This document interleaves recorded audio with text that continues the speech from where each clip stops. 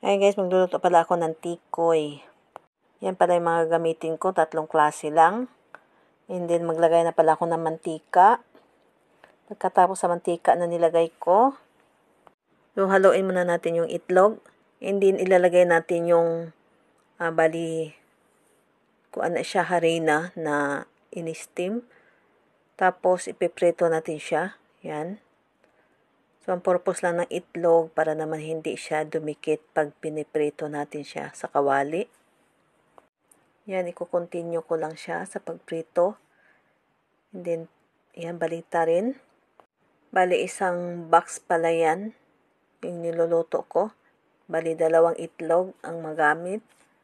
Yan, tapos na ang ating tikoy.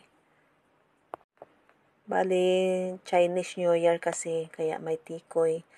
Thank you for watching guys. Bali, ibibigay lang namin to sa mga gwardiya. Bye!